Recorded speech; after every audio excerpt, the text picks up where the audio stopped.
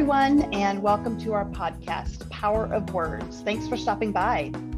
Hi, I'm Jenny Starr. My pronouns are she, her, and I'm the Health and Wellness Specialist for the Kansas City Public Library. And I'm Sandra Wallace. My pronouns are she, her, and I'm the Director of Mental Health Programs at Jewish Family Services of Greater Kansas City. I'm glad to be back doing a program again with Jenny. Oh, thanks, Sandra. Sandra and I have worked together on mental health programming for several years, and we're pleased to bring you our latest project where we talk with community members and connect stories through words that matter. We're excited to have our guests share a little bit about their mental health journeys and their love for Kansas City. We've asked each of our guests to share an example of how specific words have empowered, changed, encouraged, or strengthened their mental health and wellness. We hope one or two of the words from our conversation today allow you to connect to words that matter to you.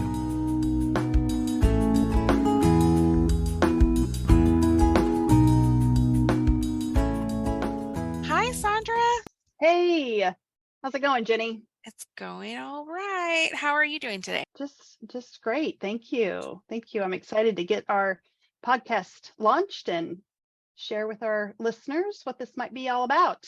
I am too. And listeners, we're so happy that you joined us today for this little mini episode of our new podcast, The Power of Words. Yeah. Now, Sandra, you came to us with this big idea. Do you want to share a little bit about where this started? Sure. Yeah. This idea has kind of been swirling around for, a solid year or so. What we know in the world of mental health is that a lot of times folks have to wait a little while before they can get professional counseling or therapy or services that they might need in more of a medical setting. And so the idea came about as a tool to give folks a place or a space or some ideas to do some thinking and reflecting and learning about how they can support, strengthen, build their own mental health, in their own space, in their own time, at their own location. And just really trying to encourage and inspire people to take some of that empowerment to bring stronger mental health to their everyday life. For sure. And the library has partnered with Jewish Family Services of Greater Kansas City on a few projects over the years. And so this was a real natural fit for us as an organization that loves reading and books and sharing information to partner with you all on this project. Yeah, well, I'm thrilled. And as we've gotten to know each other over the last few years, it feels the same thing, just like a great, genesis or evolution of what is to come next for our work together for the community of Kansas City that we love so much. For sure. Yeah, we do love this community and we want to provide as much support as we can.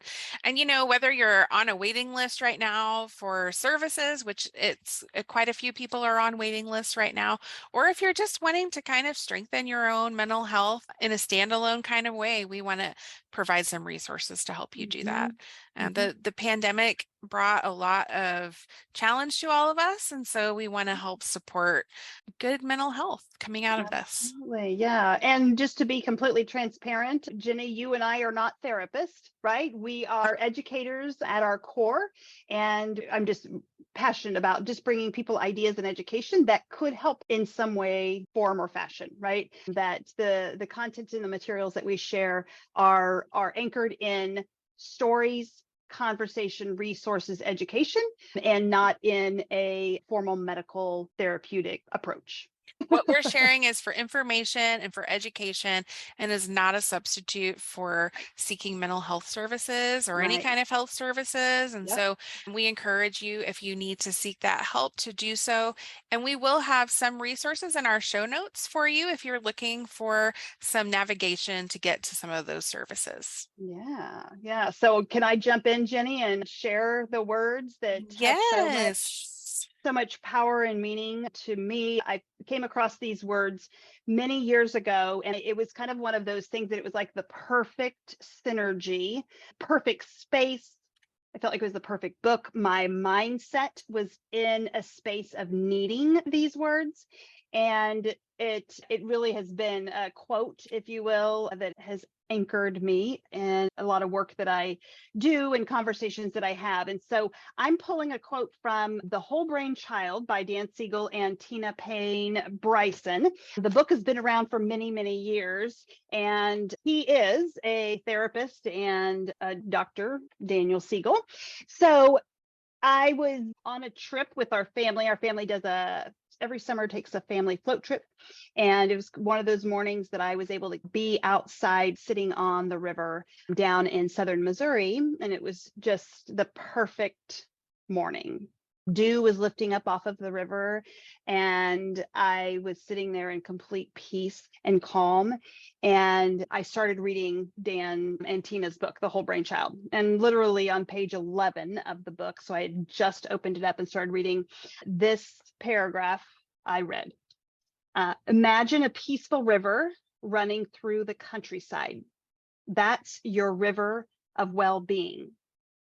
Whenever you're in the water, peacefully floating along in your canoe, you feel like you're generally in a good relationship with the world around you. You have a clear understanding of yourself, other people, and your life. You can be flexible and adjust when the situation changes. You're stable and at peace. And everything about that was my moment.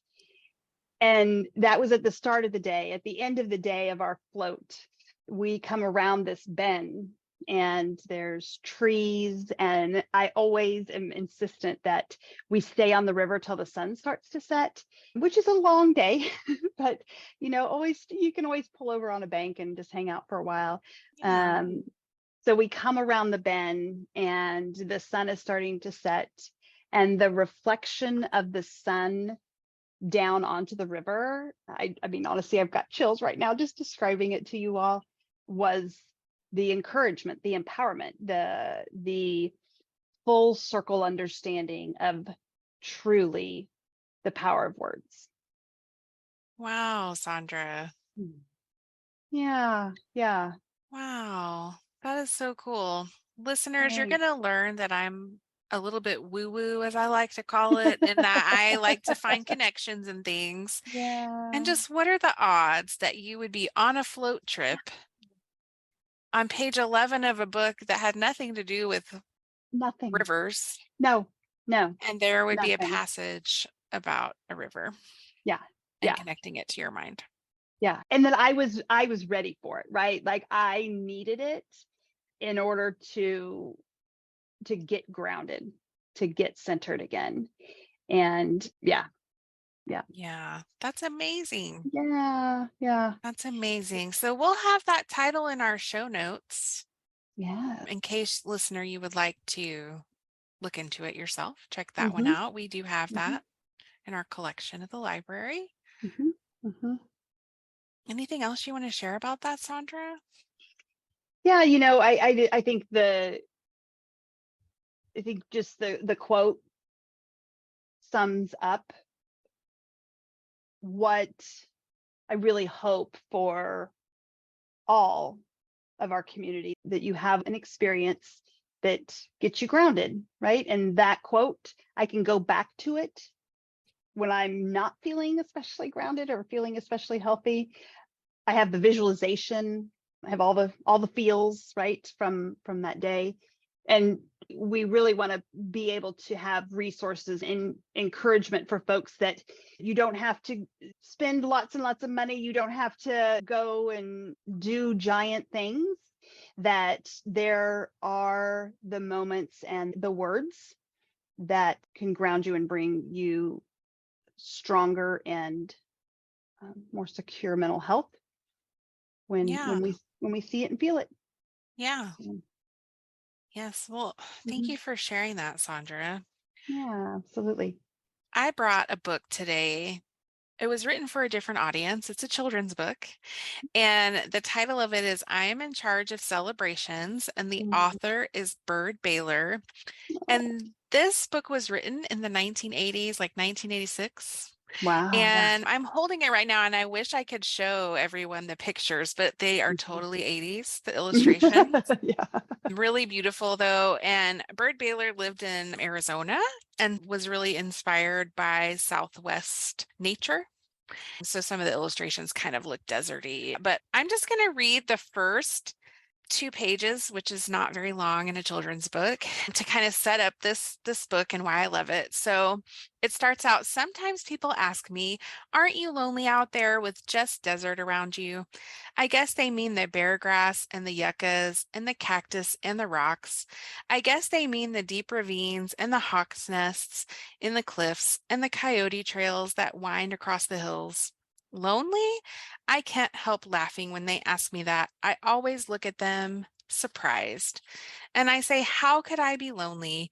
I'm the one in charge of celebrations. And the book just goes on to describe various experiences in nature and creating celebrations to go with them. And I learned of this book actually from, I used to teach high school, and I learned of this book from another high school teacher, and she used it with her students, and I started using it with mine. But it was a reminder that no matter what life is throwing at you, that you can find something to celebrate and you can be in charge of that. And Wow. I also think it's really important to share the connection of nature. And so that's interesting to me too, Sandra, that your book and your scenario also had to do with nature, and nature can have a really big impact. We know there's a connection between our experiencing nature and our mental health. That's so cool. I love that book, Jenny, but I had not made the connection with nature until you just said that. So thanks for bringing that to our attention. Wow. Yeah, So as you read cool. it, all So the cool. celebrations are about natural things, natural phenomena that Mm, protagonists in the story experiences. So like a rainbow wow. celebration day and Wow. celebrating a windstorm and just different things like that. So Huh. Yeah. yeah. So a little bit different than what we maybe have historically or grown up thinking about as a celebration, right? It's not like a holiday. Is that correct? Am I Right, understanding? correct. It Yeah. is not an Yeah. official holiday that you would see on the Yeah. calendar, Huh. but you can decide whatever day is whatever holiday you would like it to be. And so it's very empowering, I think. Yeah. And in the book, you Absolutely. know, the character, I don't know, the character doesn't have a name, it's just the main character. They they do put the dates on the calendar. So, Oh, really? That's yeah. so cool. So, I mean, they say August 9th is Rainbow Celebration Day because that was the day they saw a triple rainbow in the desert. Oh. So, you Hmm. can commemorate it however you would like, or if you just want to look at each day and find something to celebrate, that's also a choice, Mm-hmm. whatever Mm-hmm. works for you. Yeah. Well, and what a complex idea, but simple idea, right? To identify something in your day to celebrate. Right. And It's in this very book, they're all intentional. alone as far as human companionship goes. And I think there are lots of times that we find ourselves on our own, alone in a situation, and we don't have to feel like that's an isolated place. It can find ways to connect with the world around you. Mhm. A lot of Wow. deep levels in this children's book. Yes, my goodness. My good. And it just like you said, yeah, it's a children's book. It's a like a picture, paperback picture book, Yeah. right? Yeah, Oh it's a my picture gosh. book. So cool. Mhm. And I am so grateful, Jenny, that you had shared that book with me. I was not familiar with it until you shared it with me a few years ago, and I have bought it and given it as gifts to people. Oh, yay. So I give yeah, it as gifts too. It's just a sweet yeah, little book. yeah. Yes. Well, how exciting for us to talk about these two different types of words that inspired both of us and supported us in different ways. And that's kind of a taste of what this show is going to be and this season's going to be. We've invited experts from Kansas City that are going to share, they're experts in different things, not always mental health. And they're going to share a little bit about their background and their experiences and bring some sort of text that is meaningful to them. Mhm. I know it's going to be great. And also just making the idea of mental health. We talked about this earlier, even that we all have mental health and we all need to strengthen it and foster it and grow it as we do our other physical health as well. So it'll be a great experience. Absolutely. Thanks everyone for joining us today, and we hope that you'll join us for the rest of this first season of our podcast. Absolutely. Until next time, we challenge you to choose words that matter. Bye, everyone. Take care. Thank you for listening, and we hope you enjoyed this episode of Power of Words. This episode is produced by the Kansas City Public Library and Jewish Family Services of Greater Kansas City with support from AmeriCorps. We encourage you to explore our health resources and services available in the show notes. And follow or subscribe for new episodes wherever you listen to your favorite podcasts.